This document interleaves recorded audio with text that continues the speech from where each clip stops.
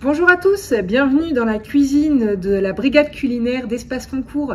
Aujourd'hui, on va vous faire un petit point sur les levures. Les levures, c'est un élément extrêmement important dans la pâtisserie, mais pas que, puisque c'est quelque chose que l'on utilise aussi en cuisine et évidemment en boulangerie. Donc, je vous fais un petit point sur ces deux levures. On va commencer par ce que l'on appelle la levure de panification. Donc la levure de panification, elle se vend comme ça très souvent dans le commerce. C'est une levure que vous pouvez soit aller acheter chez votre boulanger ou alors acheter en hypermarché. Très souvent, on la trouve au rayon des pâtisseries fraîches, en bout de rayon. Et elle se conserve en général à peu près 1 mois. Elle a cette forme en cube. Et quand vous ouvrez votre cube, rapprochez, je vous en prie, vous avez un bloc qui se présente comme ceci. Donc cette levure, elle s'émiette pour la mettre dans vos préparations. Les préparations, justement, parlons-en. Cette levure de panification, elle est le résultat d'éléments vivants. C'est une levure biologique et en fait ce sont des micro-organismes à l'intérieur qui sont vivants et qui vont permettre à votre pâte de lever. C'est une fermentation qui est longue, c'est-à-dire que lorsque vous utilisez ces levures de boulangerie, vous allez avoir besoin de laisser vos préparations pousser. Donc, soit en température ambiante, soit ce que l'on appelle dans le milieu professionnel en étuve. Donc, c'est un endroit où on va rajouter de la chaleur et ou de l'humidité et on va venir mettre nos préparations afin de les aider à pousser. Les préparations, justement, je ne vous ai pas dit ce que vous pouviez préparer avec ces levures. Avec cette levure, vous pouvez faire tout ce qui est pâte à pain, évidemment, c'est pour ça que les boulangers en sont très friands. Pâte à pain, tout ce qui est pizza, brioche ou encore les pâtes levées feuilletées, ce que l'on appelle plus communément de la viennoiserie. Donc, cette levure, vous pouvez l'utiliser, elle se met directement soit dans votre cuve de batteur, soit elle se délaye un petit peu avant pour être sûr d'être bien mélangée. La fermentation, on est sur quelque chose qui peut être une fermentation longue, c'est-à-dire que parfois, ne soyez pas étonnés, dans certaines recettes, on met cette levure dans notre préparation, par exemple une brioche, et la brioche, on la met toute la nuit au frigo. Ça permet en fait d'avoir une fermentation longue. Vous avez également la version, comme je viens de vous le dire, en étuve, où là, on va préférer une fermentation un peu plus courte, où on va mettre par exemple, notre brioche toujours en fermentation sous étuve, et au bout de 1 heure, 1 heure et demie, on va mettre notre préparation en cuisson. Voilà, je pense que vous en savez davantage maintenant sur la levure de boulangerie. Alors, ne soyez pas étonnés, cette levure de boulangerie, donc à plusieurs noms, je vous l'ai dit, levure de boulangerie, levure de panification, levure biologique.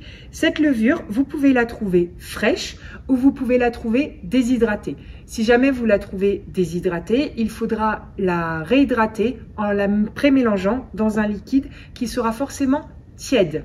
Ça, c'est la notion qui est très importante. En effet, votre levure, passé les 50 degrés, elle va venir mourir et donc vous risquez de ne plus faire lever les pâtes comme vous le souhaitiez. Donc si jamais vous souhaitez pré-mélanger vos levures à un liquide, que ce soit de l'eau ou du lait, c'est très important de le faire à une température qui est aux alentours de 37-38 degrés. Je vous présente la seconde levure dont je vous ai parlé et qui a des propriétés différentes. Ici, je vais vous présenter une levure qui est dite chimique. Donc, comme son nom l'indique, cette poudre très très fine est une poudre qui se mélange en général à la farine pour être sûr qu'elle soit bien homogène dans nos préparations. Cette levure, elle est issue de 2 composants chimiques. Un composant alcalin, en général, on est sur du bicarbonate de soude et sur un composant acide. Acide tartrique, crème de tartre, ce genre de choses. Un troisième élément vient se mélanger à tout cela, c'est un élément, l'amidon, qui va venir stabiliser notre élément alcalin et notre élément acide. En effet, à partir du moment où on va être en contact avec de l'humidité et de la chaleur, la poudre va agir et votre gaz carbonique va s'échapper, votre pâte va lever. Ce genre de levure chimique, en général, c'est l'une des premières que l'on connaît puisque c'est celle-là que l'on utilise dans toutes nos préparations, type les gâteaux yaourt, les cakes, tous ces petits gâteaux. Nous utilisons cette levure chimique. Donc, elle, pas besoin de la faire attendre, bien au contraire. Plus vous mettrez en cuisson rapidement après son incorporation, mieux ce sera. Si jamais vous souhaitez faire reposer votre pâte, c'est parfois le cas dans des recettes de cake, pour qu'un choc thermique se fasse, parfois vous avez besoin que votre cake repose un petit peu au frais.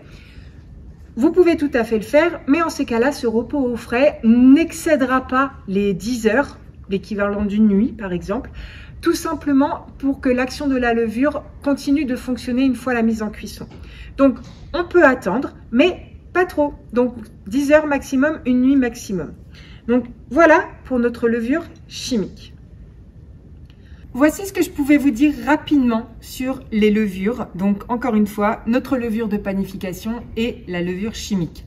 N'hésitez pas, vous pourrez retrouver dans la description juste en dessous de cette vidéo un bref résumé des informations que je viens de vous transmettre. Si vous voulez en savoir plus sur ces levures, sachez que cela fait partie des programmes de CAP pâtisserie, boulangerie et cuisine. Et donc vous les retrouverez dans nos cours à Espace Concours pour pouvoir avoir tous les renseignements et être prêt pour le jour J lors de votre examen. Donc n'hésitez pas à suivre nos vidéos. Prochainement, nous vous ferons d'autres découvertes de produits et avec un grand plaisir, nous vous proposerons d'autres contenus comme des recettes à venir prochainement. Suivez-nous et à très bientôt.